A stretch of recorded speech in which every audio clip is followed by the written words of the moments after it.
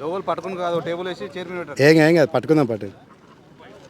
ముందుగా ఊత్పూర్ మున్సిపాలిటీ, అదేవిధంగా Devarakadra municipality, Kothakota municipality voters అందరికీ ఈ సందర్భంగా పేరు పేరున నా హృదయపూర్వక ధన్యవాదాలు.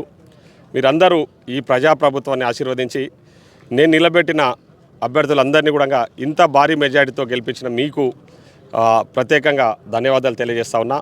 తప్పకుండా మీ ఆశయాలకు అనుగుణంగా మీకు ఏదైతే మన ఎన్నికలలో ఇచ్చిన హామీ ఏదైతుందో ఆ హామీలను నెరవేరుస్తామని చెప్పి ఈ సందర్భంగా మాటిస్తూ ఉన్నా. ఈరోజు మమ్మల్ని ఆశీర్వదించి ఇంత పెద్ద ఎత్తున ఇంత మంచి విజయాన్ని అందించిన మున్సిపల్ ఓటర్స్కు, అదేవిధంగా ముఖ్యంగా ఆర్నిషాలు కష్టపడి నాతో పాటు ఉండి వివిధ గ్రామాల నుంచి వచ్చిన మా కాంగ్రెస్ పార్టీ నాయకులు, కార్యకర్తలు కూడా ఈ సందర్భంగా ప్రత్యేకంగా కృతజ్ఞత తెలియజేస్తా ఉన్నా. 2 సంవత్సరాల తర్వాత జరిగిన సర్పంచ్ ఎన్నికల్లో కూడా ఇదే తీర్పిచ్చారు. ఈరోజు మున్సిపల్ ఎన్నికలు కూడా తీర్పిచ్చినందుకు, ఈ విధంగా తీర్పిచ్చినందుకు ప్రత్యేకంగా ధన్యవాదాలు తెలియజేస్తూ, మన ఎన్నికలప్పుడు నేను మాట ఇచ్చిన తప్పకుండా పట్టణాలలో రూపురేఖలు మారుస్తాను చెప్పి. ఎందుకంటే గత పాలకులు పూర్తిగా నిర్లక్ష్యానికి గురి చేశారు.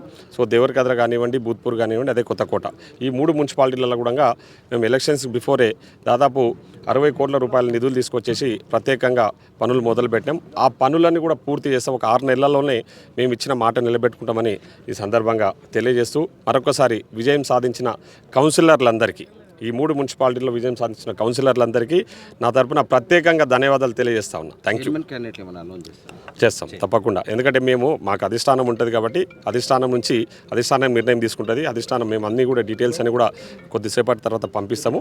అధిష్టానం నిర్ణయం తీసుకొని అధిష్టానమే నిర్ణయం చేస్తుంది చైర్మన్ క్యాండిడేట్స్. Thank you.